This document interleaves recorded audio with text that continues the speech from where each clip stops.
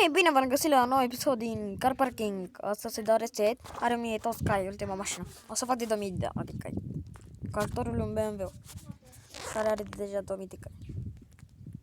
Cu acesta. Uite. Bun. Intrăm în tuning. Primul motor, ieșim afară, intrăm la garaj, ultima mașină. Să aici și set. 1600. Iarăși. La garaj, ușor, mă, frate, să facem mașină de 2000 de cai.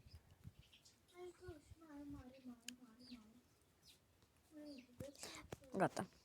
Bun. Intrăm aici, bom. Al doilea motor. Intrăm aici, bom. Set. 1841. Bun. 2000. Și să facem mașina de 2000 de cai. Hai să schimb culoarea, că nu prea îmi place.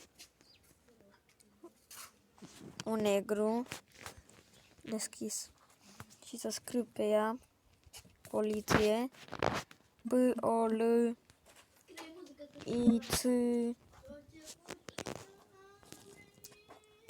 Poliție.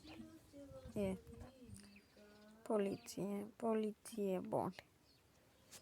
Dar cu litere mari. Dai de capul meu. O să pun scopul